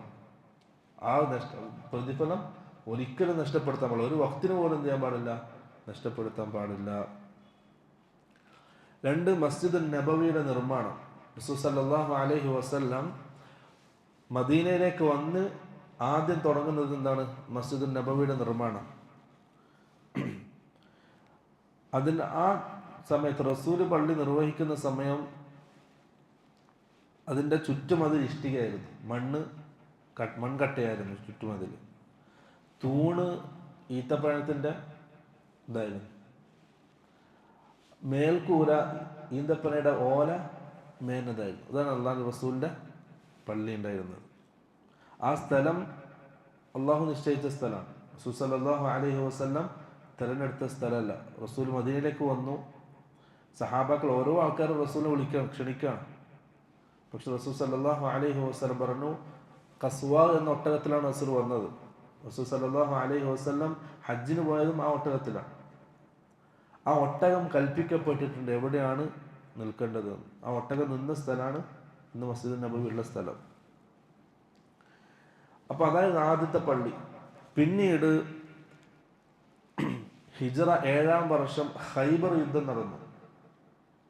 ആ ഖൈബർ യുദ്ധത്തിന് ശേഷം റസൂൽ സല്ലല്ലാഹു അലൈഹി വസല്ലം പള്ളി ഒന്നും കൂടി എന്ത് ചെയ്തു, പുതുക്കി പണിതു. റസൂലിന്റെ കാലത്ത് തന്നെ പള്ളി എന്ത് ചെയ്തിട്ടുണ്ട്, പുതുക്കി പണിതിട്ടുണ്ട്. ഹിജ്റ 7-ാം വർഷം. റസൂൽ സല്ലല്ലാഹു അലൈഹി വസല്ലം വഫാത്തായത് ഹിജ്റ 11-ന്. ഹിജ്റ 11-ാം വർഷമാണ് റസൂൽ സല്ലല്ലാഹു അലൈഹി വസല്ലം വഫാത്താകുന്നത്. ഹിജ്റ 7-ാം വർഷം ഖൈബർ യുദ്ധത്തിന് ശേഷം ആ പള്ളി ഒന്ന് പുതുക്കി പണിതു. പിന്നീട് ഉമർ റളിയല്ലാഹുവിന്റെ കാലം ഹിജറ 17-ാം വർഷം ഒന്നുകൂടി പുതുക്കി പണിത്, കുറച്ച് വലുതാക്കി. ഹിജറ 17-ാം വർഷം. പിന്നീട് ഉസ്മാൻ റളിയല്ലാഹുവിന്റെ കാലം ഹിജറ 29-ാം വർഷം. ഉസ്മാൻ റളിയല്ലാഹുവിന്റെ കാലത്ത് ഒന്നുകൂടി വലുതാക്കി. അവിടുന്ന് അതിനുശേഷം ഉസ്മാൻ റളിയല്ലാഹുവിന്റെ കാലം കഴിഞ്ഞ ശേഷം അതിന് പിന്നീട് ഹിജറ 88-ലാണ് വലീദ് ബിൻ അബ്ദുൽ മലിക്, ഉമവി ഭരണാധികാരിയാണ്. വലീദ് ബിൻ അബ്ദുൽ മലിക് ഹിജറ 88-ാം വർഷം നല്ലോണം വലുതാക്കി. അദ്ദേഹത്തിൻ്റെ കാലത്താണ് ഇന്നീ കാണുന്ന ഒരു കോലുണ്ടല്ലോ, ആ കോലത്തിലേക്ക് പള്ളി വികസിച്ചത്. അപ്പോഴാണ് റസൂൽ സല്ലല്ലാഹു അലൈഹി വസല്ലമയുടെ ഖബറൊക്കെ പള്ളിൻ്റെ ഉള്ളിലേക്ക് വന്നത്. നമ്മൾ കാര്യം മനസ്സിലാക്കേണ്ടത്, റസൂലിൻ്റെ റൗളയെ സംബന്ധിച്ചൊക്കെ പറയാനുണ്ട്. റസൂൽ സല്ലല്ലാഹു അലൈഹി വസല്ലമയുടെ ഖബർ അത് ദഫൻ ചെയ്യുന്ന സമയം പള്ളിക്ക് പുറത്തായിരുന്നു. നമ്മൾ ആദ്യം മനസ്സിലാക്കണം, ജാറുള്ള പള്ളിയിൽ എന്ത് ചെയ്യാൻ പാടില്ല? നിസ്കരിക്കാൻ പാടില്ല. നിസ്കാരം ബാത്തിലാണ്. പള്ളിക്ക് ചേർന്നുള്ള ജാറമുള്ള പള്ളിയിൽ നിസ്കാരം ബാത്തിലാണ്. അതുമാരൊക്കെ ഫത്വ നൽകിയതാണ്, ബാത്തിലാണ് നിസ്കാരം, മാറ്റി നിസ്കരിക്കണം. കാരണം അത് നിസ്കരിക്കാൻ ചോദിച്ച സ്ഥലമല്ല. അപ്പം തിരിച്ചു ചോദിക്കുക, റസൂലിൻ്റെ മദീനത്തെ പള്ളിയിൽ റസൂലിൻ്റെ ഖബറില്ല എന്നാണ്. പക്ഷെ റസൂൽ സല്ലല്ലാഹു അലൈഹി വസല്ലം ദഫൻ ചെയ്യുന്ന സമയം ആയിഷ റളിയല്ലാഹുവിന്റെ വീട്ടിലായിരുന്നു. രണ്ടുണ്ട്, ഒന്ന് ബൈത്ത്, പിന്നെ ഹുജറ. ആയിഷയുടെ ഹുജറയിലാണ് റസൂലിനെ ദഫൻ ചെയ്തത്. അതിൻ്റെ പ്രത്യേകങ്ങൾക്ക് ഇപ്പം ഗൾഫിലൊക്കെ പോയ ആൾക്കാർക്ക് മനസ്സിലാവും. അറബികളുടെ വീടുണ്ടാവും, വീടിന് ശേഷം വലിയ ചുറ്റുമതിലുണ്ടാവും, വലിയ ചുറ്റുമതിലായിരിക്കും. അതാണ് ആ ചുറ്റുമതിൻ്റെ ഉള്ളിലത്തെ സ്ഥലത്തിനാണ് ഹുജറ എന്ന് പറയുക. അപ്പോൾ ആയിഷ റളിയല്ലാഹുവിൻ്റെ വീട് അങ്ങനെയായിരുന്നു, ചെറിയ വീടാണ്, ഒരു മേൽക്കൂരയുള്ള മറച്ച സ്ഥലം, അതാണ് ബൈത്ത്. അതിൻ്റെ മുമ്പിൽ എന്തുണ്ടാവും? ചുറ്റുമതിലുണ്ടാവും, മേൽക്കൂര ഉണ്ടാവില്ല, അതാണ് ഹുജറ.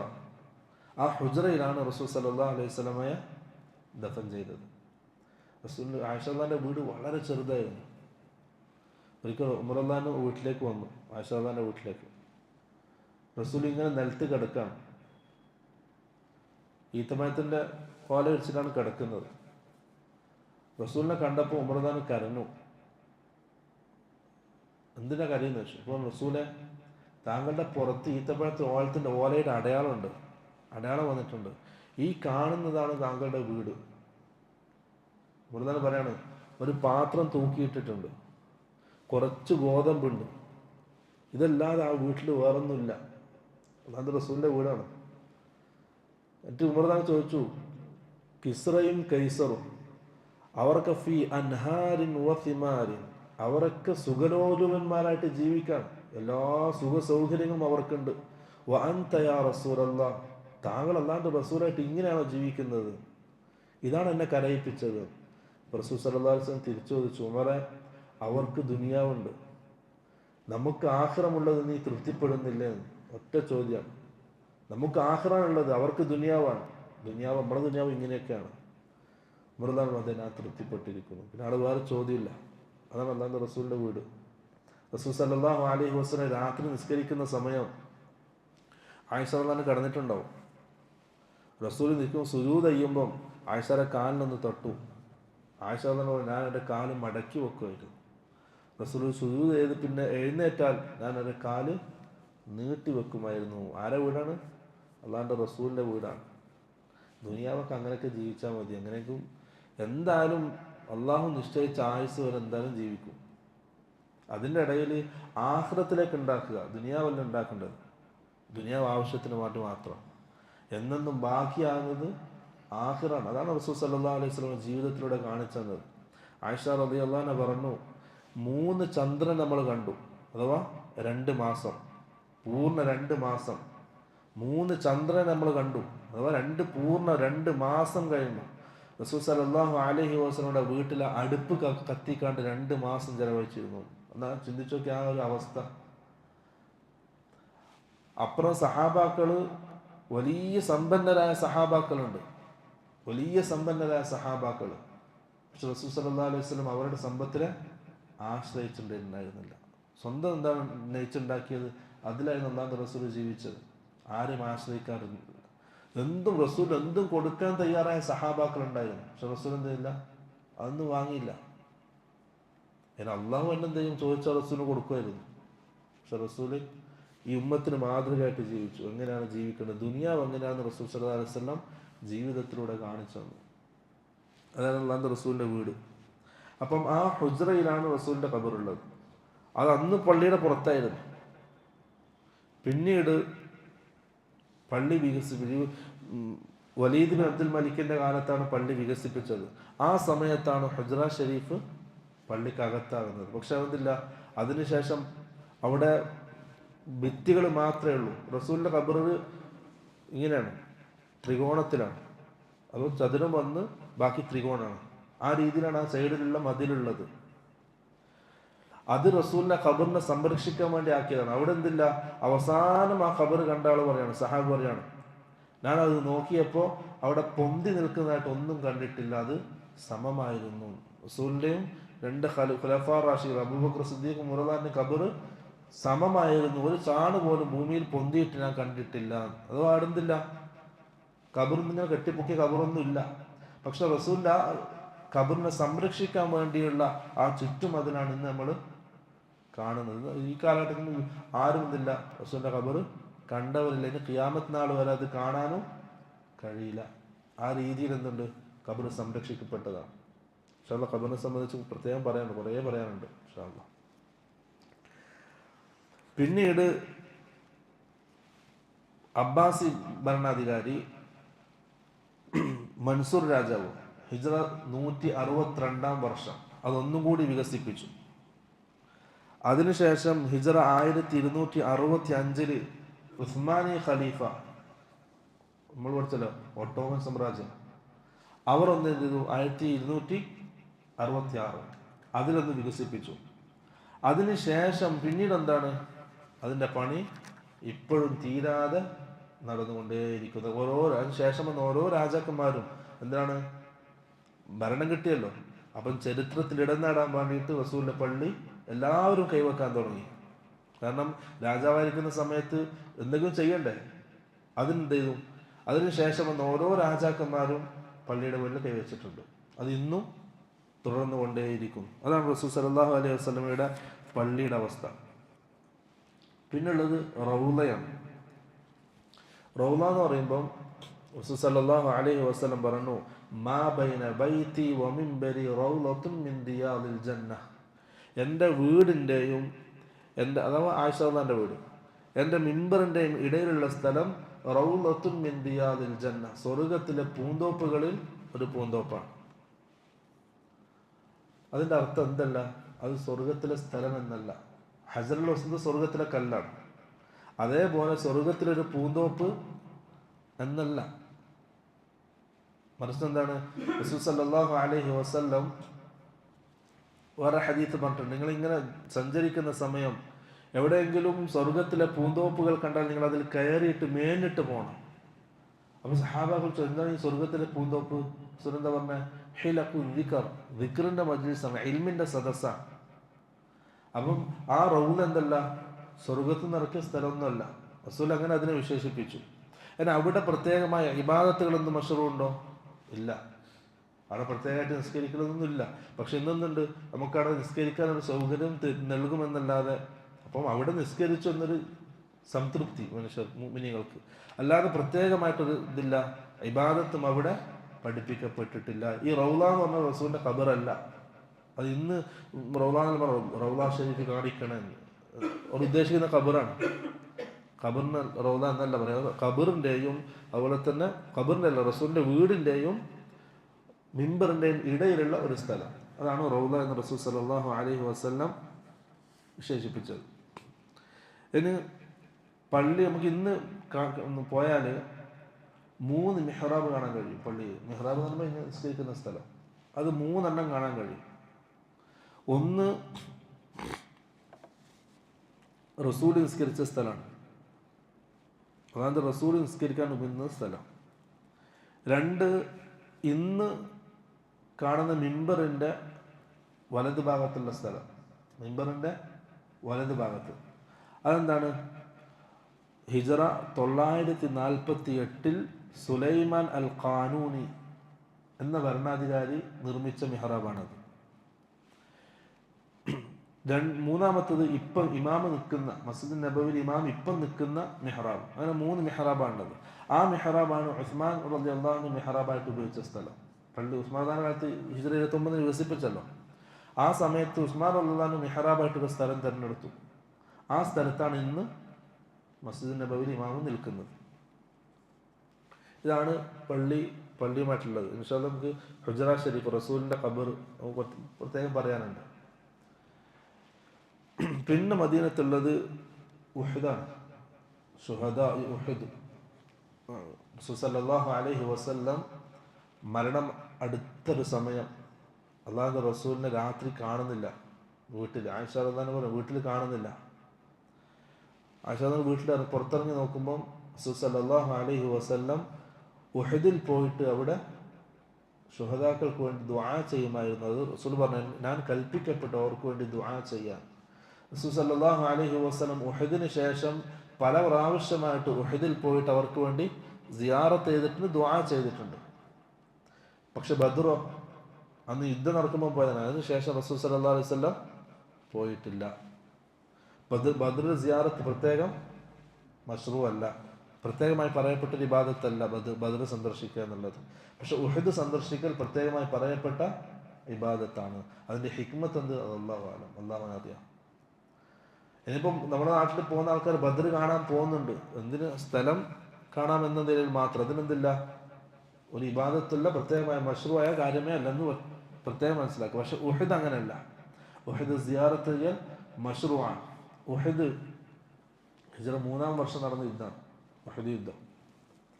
ഉഹദിന്റെ ഉഹദ് മല വലിയ മലയാണ്, എന്നും കാണാൻ കഴിയും. അതിന്റെ ഓരോ ഉഹദിനെ സംബന്ധിച്ച് കുറേ ഹദീസുകൾ വന്നിട്ടുണ്ട് ഉഹദ് മലയെ സംബന്ധിച്ച്. അവിടെ നിന്നാണ് യുദ്ധം നടന്നത്. യുദ്ധം നടന്നു, ശത്രുക്കൾ പിന്തിരിഞ്ഞോടി. അതിന്റെ അടുത്തൊരു ചെറിയൊരു മലയുണ്ട്, ജബലുർ റഹ്മ എന്ന പേര്, ഇപ്പം ജബലുർ റുമാത്ത് എന്നറിയപ്പെടുന്നു. അതിന്റെ മുകളിൽ റസൂൽ സല്ലല്ലാഹു അലൈഹി വസല്ലം 50 അമ്പെയ്ത്തുകാരെ നിർത്തിച്ചു. പക്ഷേ റസൂലിന്റെ കൽപ്പന ഇല്ലാതെ ഇറങ്ങി വരാൻ പാടില്ല എന്ന് ഒന്നാമത് റസൂൽ പറഞ്ഞു. അബൂ അയ്യൂബ് അൻസാരി നേതൃത്വം. പക്ഷെ ശത്രുക്കൾ പിന്തിരിഞ്ഞോടി മുഅ്മിനീകൾ ഗനീമത്ത് സ്വത്ത് എടുക്കുന്ന സമയം അവർ റസൂലിന്റെ അനുവാദമില്ലാതെ ഇറങ്ങി വന്നു. യുദ്ധം അവസാനിച്ചു എന്ന് കരുതിയിട്ടാണ് ഇറങ്ങി വന്നത്. പക്ഷെ ശത്രുസൈന്യം പിൻഭാഗത്തു കൂടി വന്ന് ആക്രമിച്ചു. പെട്ടെന്നുള്ള ആക്രമണം, സഹാബാക്കൾ ചിതറി ഓടി. റസൂൽ സല്ലല്ലാഹു അലൈഹി വസല്ലമയെ വധിക്കലായിരുന്നു ശത്രുക്കളുടെ ഏറ്റവും പ്രധാനപ്പെട്ട ലക്ഷ്യം. അതിനവർ എന്തും ചെയ്തു. പക്ഷെ കുറച്ച് സഹാബാക്കൾ എന്ത് ചെയ്തു? റസൂലിനെ ചുറ്റും നിന്നു. അബൂ തൽഹ റളിയല്ലാഹു അൻഹു റസൂലിന് പരിചയമായിട്ട് നിന്നു. സ്വന്തം ശരീരം റസൂലിന് നേരെ നിന്നു. അദ്ദേഹം അവസാനം ഷഹീദായിട്ട് വീണു. അദ്ദേഹത്തിന്റെ ശരീരം തിരിച്ചറിയാൻ കഴിയാത്ത രീതിയിൽ വികൃതമായിരുന്നു. 78ഓളം വെട്ടുകളും കുത്തുകളും ആ ശരീരത്തിലുണ്ടായിരുന്നു. റസൂലിന് പരിചയമായിട്ട് നിന്നതാണ്. അങ്ങനെ കുറെ സഹാബാക്കൾ റസൂലിനെ സംരക്ഷിച്ചു. റസൂലിന് പരിക്കേറ്റിട്ടുണ്ട്. അതാണ് റസൂലിന് പല്ല് പോയിട്ടുണ്ട്, മുഖത്തുനിന്ന് രക്തം വന്നിട്ടുണ്ട്. അവസാനം ബോധരഹിതനായിട്ട് അല്ലാതെ റസൂൽ വീണു. അപ്പോൾ സഹാബാക്കൾ എടുത്തിട്ട് എന്ത് ചെയ്തു? ഹുദിന്റെ മലയിലെ മുകളിലോട്ട് കയറി. അങ്ങനെയാണ് ശത്രുസൈന്യം പിൻവലിയുന്നത്. അതാണ് ഹുദ്. 70ഓളം സഹാബാക്കൾ ഷഹീദായി. ഹംസ റളിയല്ലാഹു അൻഹു അങ്ങനെ പ്രധാനപ്പെട്ട സഹാബാക്കൾക്ക് ഷഹീദായി. യുദ്ധത്തിന് ശേഷം പിന്നെ റസൂൽ എന്ത് ചെയ്തു? ഉഹദിലേക്ക് വന്നു. ഓരോ മയ്യത്ത് ഇങ്ങനെ നോക്കാം. അപ്പോഴാണ് ഹംസന്റെ മയ്യത്ത് കാണുന്നത്. റസൂൽ പറഞ്ഞു, പെണ്ണുങ്ങൾ ആരെയും ഇങ്ങോട്ട് കടത്തിവിടരുത്. കാരണം അത് കാണാൻ പറ്റാത്ത കോലത്തിലായിരുന്നു മയ്യത്തുകൾ. ആ ബദറിലുള്ള പരാജയത്തിന്റെ പക ഖുറൈശികൾ തീർത്തതാണ് പല ശരീരത്തിലും. മുസ്അബ് ബിൻ ഉമൈർ റളിയല്ലാഹു അൻഹു റസൂൽ കരഞ്ഞു അവിടെ നിന്നിട്ട്, ആ മയ്യത്തിന്റെ അടുത്ത് നിന്നിട്ട്. കാരണം അന്ന് ആരും കുടുംബക്കാരില്ല. മറ്റുള്ളവർക്ക് കുടുംബക്കാരുണ്ടായിരുന്നു, മുസ്അബിന് കുടുംബക്കാരില്ല മദീനയിൽ. റസൂൽ അവിടെ നിന്നിട്ട് കരഞ്ഞിട്ട് ആയത്തോതി, മിനൽ മുഅ്മിനീന റിജാലുൻ സദഖു മാ അഹദുല്ലാഹ അലൈഹി, അള്ളാഹുവിന് കൊടുത്ത കരാറ് പൂർത്തീകരിച്ച മുഅ്മിനീങ്ങൾ കുറച്ച് ആൾക്കാരുണ്ട്. അതിൽപ്പെട്ടാണ് മുസ്അബ് ബിൻ ഉമൈർ. പെണ്ണുങ്ങൾ ആരും കടത്തിവിടാൻ പാടില്ല എന്നാണ് റസൂൽ. അപ്പം ഉഹദ് സഹാബാക്കൾ 70ഓളം സഹാബാക്കൾ ഷഹീദായി. ഇപ്പോൾ സഹാബാക്കൾ എന്ത് ചെയ്തു? ഉഹദിൽ ഷഹീദായ അവരുടെ മയ്യത്ത് കുറേ ആൾക്കാരെ എടുത്തിട്ട് എന്ത് ചെയ്തു? ജന്നത്തുൽ ബഖീയിൽ പോയി മറമാടി. അപ്പോഴാണ് ഒരു സഹാബി പറയുന്നത്, റസൂൽ സല്ലല്ലാഹു അലൈഹി വസല്ലം പറയുന്നത് ഞാൻ കേട്ടിട്ടുണ്ട്, ആ ഷഹീദ് ഏത് മണ്ണിലാണോ അവർ ഷഹീദായി വീണത് ആ മണ്ണിന് അവകാശപ്പെട്ടതാണ് ആ ശരീരം. അപ്പം കുറേ ആൾക്കാർ എന്ത് ചെയ്തു? ജന്നത്തുൽ ബഖിയിൽ നിന്ന് തിരിച്ചു കൊണ്ടുവന്നു. മറമാടാത്ത ആൾക്കാർ ആ മയ്യത്ത് എന്ത് ചെയ്തു? തിരിച്ചു ഉഹദിലേക്ക് തന്നെ കൊണ്ടുവന്നു. അങ്ങനെയാണ് ഉഹദിൻ്റെ ആ താഴ്വരയിൽ അവർ മറമട. ഇപ്പം 70ഓളം സഹാബാക്കൾ ഷഹീദായിട്ടുണ്ടെങ്കിലും എല്ലാ ആൾക്കാരുടെയും മയ്യത്ത് എന്തില്ല? ഉഹദിൽ മറമാടപ്പെട്ടിട്ടില്ല. 2 രീതിയിൽ നമുക്ക് ഖബർ കാണാൻ കഴിയും അവിടെ. ഒന്നൊരു കെട്ടിൻ്റെ ഉള്ളിൽ 3 ഖബർ. ഒന്ന് Hamza, 2 Musab bin Umair, 3 Abdullahi bin Jahsh റളിയല്ലാഹു അൻഹും. ആ 3 സഹാബാക്കളുടെ ഖബറാണത് ഒന്നിച്ച് കെട്ടിനുള്ളത്. ബാക്കിയൊക്കെ അങ്ങോട്ടുള്ളത്. അതൊന്ന് ഇങ്ങനെ പ്രത്യേകം എടുത്ത് കാണാനൊന്നും കഴിയില്ല. ബാക്കിയുള്ള കുറച്ച് ഏതാനും സഹാബാക്കൾ, ബാക്കിയുള്ളവർ എന്താണ്? ജന്നത്തുൽ ബഖീൽ മറമാടിയിട്ടുണ്ട്. ജന്നത്തുൽ പിന്നെ ഉഹദ് റസൂൽ സല്ലല്ലാഹു അലൈഹി വസല്ലം ഉഹദിനെ സംബന്ധിച്ച് പറഞ്ഞു, ഹാദാ ജബലുൻ യുഹിബ്ബുനാ വനുഹിബ്ബുഹു. ഈ മല നമ്മൾ അതിനെ ഇഷ്ടപ്പെടുന്നു, ആ മല നമ്മളെയും ഇഷ്ടപ്പെടുന്നു. മുഅ്മിനീങ്ങളെ ഇഷ്ടപ്പെടുന്ന മലയാണ് ഉഹദ് മല. വേറൊരു ഹദീസിൽ മുന്നേ റസൂൽ പറഞ്ഞു, വഹുവ മിൻ ജിബാലിൽ ജന്ന, സ്വർഗത്തിലുള്ള മലകളിൽപ്പെട്ടൊരു മലയാണ് ഉഹദ്. പ്രത്യേകം എടുത്തു പറഞ്ഞതാണ് ഉഹദിനെ സംബന്ധിച്ച്. മറ്റൊരു ഹദീസിൽ റസൂൽ സല്ലല്ലാഹു അലൈഹി വസല്ലമയും അബൂബക്കറും ഉമറും ഉസ്മാൻ 3 സഹാബാക്കളും റസൂലും ഉഹദിൻ്റെ മുകളിൽ കയറി. ആ സമയത്ത് ഫറജഫ ബിഹിം, ഉഹദ് ഒന്ന് കുലുങ്ങി.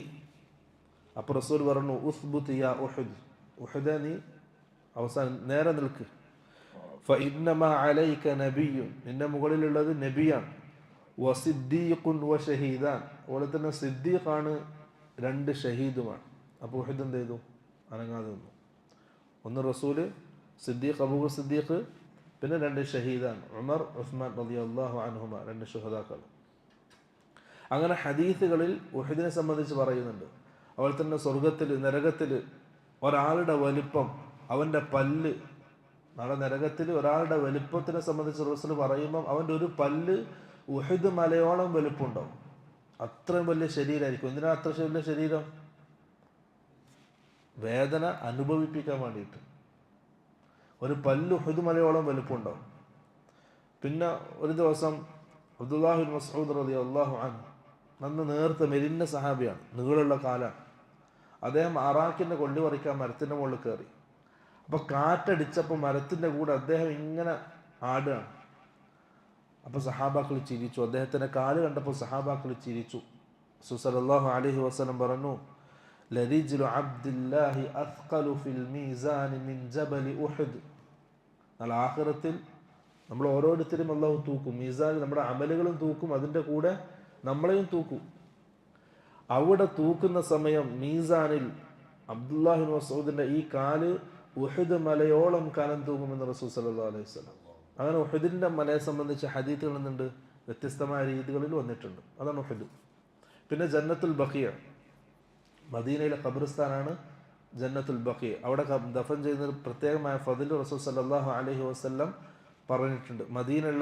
മദീനയിൽ വഫാത്തായ സഹാബാക്കളൊക്കെ മറമാടപ്പെട്ടത് ജന്നത്തുൽ ബഖിയിലാണ്. റസൂലിൻ്റെ മക്കൾ, റസൂലിൻ്റെ ഭാര്യമാർ, പ്രധാനപ്പെട്ട സഹാബാക്കൾ, അവരൊക്കെ ജന്നത്തുൽ ബഖിയിലാണ്. ഉസ്മാൻ റളിയല്ലാഹു അൻഹു, ഇപ്പം നമ്മൾ പോയാൽ ജന്നത്തുൽ ബഖിയിലേക്ക് കയറുമ്പോൾ തന്നെ ഇടതും വലതുമായിട്ടാണ് പ്രധാനപ്പെട്ട സഹാബാക്കളുടെ ഖബർ. കാരണം ആദ്യം സഹാബാക്കളാണ്. പക്ഷെ ഉസ്മാൻ റളിയല്ലാഹുവിൻ്റെ ഖബർ ഇപ്പം നമ്മൾ കുറച്ച് അങ്ങോട്ട് പോയിട്ട് നടുഭാഗത്താണ് ഉണ്ടാവുക. മധ്യഭാഗത്താണ് ഉസ്മാൻ റളിയല്ലാഹുവിൻ്റെ ഖബർ ഉള്ളത്. അതാകാൻ ഒരു കാരണം, ഉസ്മാൻ റളിയല്ലാഹുവിൻ്റെ കാലം, ഉസ്മാൻ റളിയല്ലാഹു ഷഹീദാക്കപ്പെട്ടത് മുസ്ലിങ്ങളുടെ കൈകളിലാണ്. അഥവാ ഉസ്മാൻ റളിയല്ലാഹുവിൻ്റെ ഭരണത്തിനെതിരെ ശബ്ദിച്ച് അതിനെതിരെ പോരാടുന്ന മുസ്ലിങ്ങളായിരുന്നു. അപ്പം അവരുടെ കൈകളിലാണ് എന്ത് ചെയ്തത്? ഉസ്മാൻ റളിയല്ലാഹു ഷഹീദായത്. ആ സമയം സഹാബാക്കൾ പറയാണ്, ഉസ്മാൻ റളിയല്ലാഹു ഷഹീദായി, അദ്ദേഹത്തെ കുളിപ്പിച്ച് റെഡിയാക്കി നിസ്കരിച്ച് ഖബറടക്കാൻ പുറത്തേക്ക് എടുത്തു മയ്യത്ത്. ആ സമയത്ത് മുബത്തദീങ്ങൾ ഉസ്മാൻ റളിയല്ലാഹു കല്ലെറിയുമായിരുന്നു. അത്രയും ദേഷ്യമായിരുന്നു അവർക്ക്. അവർ ഉസ്മാൻ റളിയല്ലാഹുവിൻ്റെ ശരീരത്തിന് മയ്യത്തിന് നേരെ കല്ലെറിയുമായിരുന്നു. അപ്പോൾ സഹാബാക്കൾ എന്ത് ചെയ്തു? ഈ മയ്യത്തുമായിട്ട് ഓടി. ആ ഓടുന്ന സമയം ഉസ്മാൻ റളിയല്ലാഹുവിൻ്റെ തല ഇങ്ങനെ ആ പലകക്ക്, മയ്യത്ത് കട്ടിലെ പലക ഉണ്ടല്ലോ, ആ പലകക്ക് ഇങ്ങനെ അടിക്കുന്നുണ്ടായിരുന്നു. അങ്ങനെ സഹാബാക്കൾ എടുത്ത് ഓടി ജന്നത്തുൽ ബഖിയിലേക്ക്. പക്ഷെ അവിടെ എത്തിയവരും പേടി. ഖബറടക്കിയാൽ എന്ത് ചെയ്യും? എടുത്ത് പുറത്തേക്ക് ഇടും. അത്രയും ദേഷ്യം ഉണ്ടായിരുന്നു ഉസ്മാൻ റളിയല്ലാഹു അൻഹു. അഥവാ മുബത്തദീങ്ങൾക്ക്, ഖവാരിജിങ്ങൾക്ക്. ഇന്നുണ്ട് അഹ്ലുസുന്നന്റെ ഇമാമിങ്ങൾക്കെതിരെ അവരുടെ അത്രയും ദേഷ്യം ആർക്കുണ്ട്? മുബത്തദീങ്ങൾക്കുണ്ട്. ഇപ്പം ജന്നത്തുൽ ബഖീൽ ഖബറടക്കാൻ കഴിയില്ല. അപ്പം അവസാന ഭാഗം ചെറിയ കാടുണ്ട്, കുറ്റിക്കാട്. രാത്രി സമയം ആ കുറ്റിക്കാട്ടിന്റെ പിറകിലാണ് ഉസ്മാൻ റളിയല്ലാഹു അൻഹു എന്ത് ചെയ്തത്? സഹാബാക്കൾ ദഫൻ ചെയ്തത്. ആ ഒരു ഭാഗമാണ് ഇന്ന് മധ്യത്തിലെത്തിയത്, നടുഭാഗത്തെത്തിയത്. അതുകൊണ്ടാണ് നമ്മൾ കയറി ജന്നത്തുൽ ബഖീന്റെ നടുക്കെത്തുമ്പോഴാണ് ഉസ്മാൻ ഗഫ്ഫാർ റളിയല്ലാഹു അൻഹുവിന്റെ ഖബർ കാണാൻ പറ്റുക. കയറുമ്പോൾ തന്നെ അടുത്ത് പ്രധാനപ്പെട്ട സഹാബാക്കളുടെ ഖബർ. അതാണ് ജന്നത്തുൽ ബഖീ. റസൂൽ സല്ലല്ലാഹു അലൈഹി വസല്ലം ജന്നത്തുൽ ബഖീ സന്ദർശിക്കുകയും അവർക്ക് വേണ്ടി ദുആ ചെയ്യാറുമുണ്ടായിരുന്നു. അതുപോലെ തന്നെ മസ്ജിദ് ഖുബ, അല്ലാഹുവിന്റെ റസൂല് മക്കത്തു നിന്ന് വന്നു ഖുബയിലെത്തി. എന്നിട്ട് അവിടെ ഖുബയിൽ എന്ത് ചെയ്തു? പള്ളി നിർമ്മിച്ചു. ആ പള്ളിയാണ് മസ്ജിദ് ഖുബ. പിന്നെ അവിടെ നിന്നാണ് റസൂൽ എന്ത് ചെയ്തത്? മദീനത്തേക്ക് വരുന്നത്. അതിൻ്റെ ശ്രേഷ്ഠത, എല്ലാ ശനിയാഴ്ചയും റസൂൽ സല്ലല്ലാഹു അലൈഹി വസല്ലം വുളൂ ചെയ്തിട്ട് മസ്ജിദ് ഖുബയിലേക്ക് നടന്നിട്ടോ അല്ലെങ്കിൽ വാഹനപ്പുറത്തോ പോകുമായിരുന്നു. എന്നിട്ട് അവിടെ 2 റക്അത്ത് നിസ്കരിക്കുമായിരുന്നു. എല്ലാ ശനിയാഴ്ചയും റസൂൽ ചെയ്യാറുണ്ടായിരുന്നു. അങ്ങനെ ചെയ്താൽ ഒരു ഉംറയുടെ പ്രതിഫലം റസൂൽ സല്ലല്ലാഹു അലൈഹി വസല്ലം വാഗ്ദാനം ചെയ്തിട്ടുണ്ട്. അപ്പം നമ്മൾ പോയാൽ എന്ത് ചെയ്യണം? വുളൂ ചെയ്തിട്ട് ഏതെങ്കിലും ഒരു നിസ്കാരത്തിന്, അങ്ങനെ തന്നെ പ്രത്യേകമായ 2 റക്അത്ത് നിസ്കാരമില്ല, മസ്ജിദ് ഖുബയിലേക്ക് നടന്നു പോയി. അവിടെ നിന്ന് നടക്കാനുണ്ട്, മംഷ ഉണ്ട്, നടക്കാൻ തന്നെ സൗകര്യമുണ്ട്, അതിൻ്റെ സൗകര്യം ഏർപ്പെടുത്തിയിട്ടുണ്ട്. മസ്ജിദ് ഖുബയിലേക്ക് പോയി അവിടെ 2 റക്അത്ത് നിസ്കരിച്ച് അല്ലെങ്കിൽ ഏതെങ്കിലും ഒരു നിസ്കാരത്തിൻ്റെ സമയത്ത് അവിടെ എത്തി ആ നിസ്കാരത്തിൽ ജമാഅത്തിൽ അവിടെ പങ്കെടുത്താൽ ഒരു ഉംറ ചെയ്ത പ്രതിഫലം റസൂൽ സല്ലല്ലാഹു അലൈഹി വസല്ലം വാഗ്ദാനം ചെയ്തിട്ടുണ്ട്. ഈ പറയപ്പെട്ട കാര്യങ്ങളാണ് മദീനയിൽ നമ്മൾ കാണാനുള്ളതും സിയാറത്ത് ചെയ്യാനുള്ളതും. മറ്റൊന്നുമില്ല, മശ്റൂആക്കപ്പെട്ടിട്ടില്ല എന്ന് മനസ്സിലാക്കി. ഇത് ചെറിയൊരു ചരിത്രം. പക്ഷേ നമുക്ക് വരുന്ന ദിവസങ്ങളിൽ മക്കയെ സംബന്ധിച്ചും കഅബയെ സംബന്ധിച്ചും പറയാം ഇൻഷാ അല്ലാഹ്. അല്ലാഹു സുബ്ഹാനഹു വ തആല അവൻ്റെ ദീൻ മനസ്സിലാക്കാനും പഠിക്കാനും ഉൾക്കൊള്ളാനും നല്ല തൗഫീഖ് നൽകി അനുഗ്രഹിക്കുമാറാകട്ടെ. وآخر دعوانا الحمد لله رب العالمين. السلام عليكم ورحمة الله وبركاته.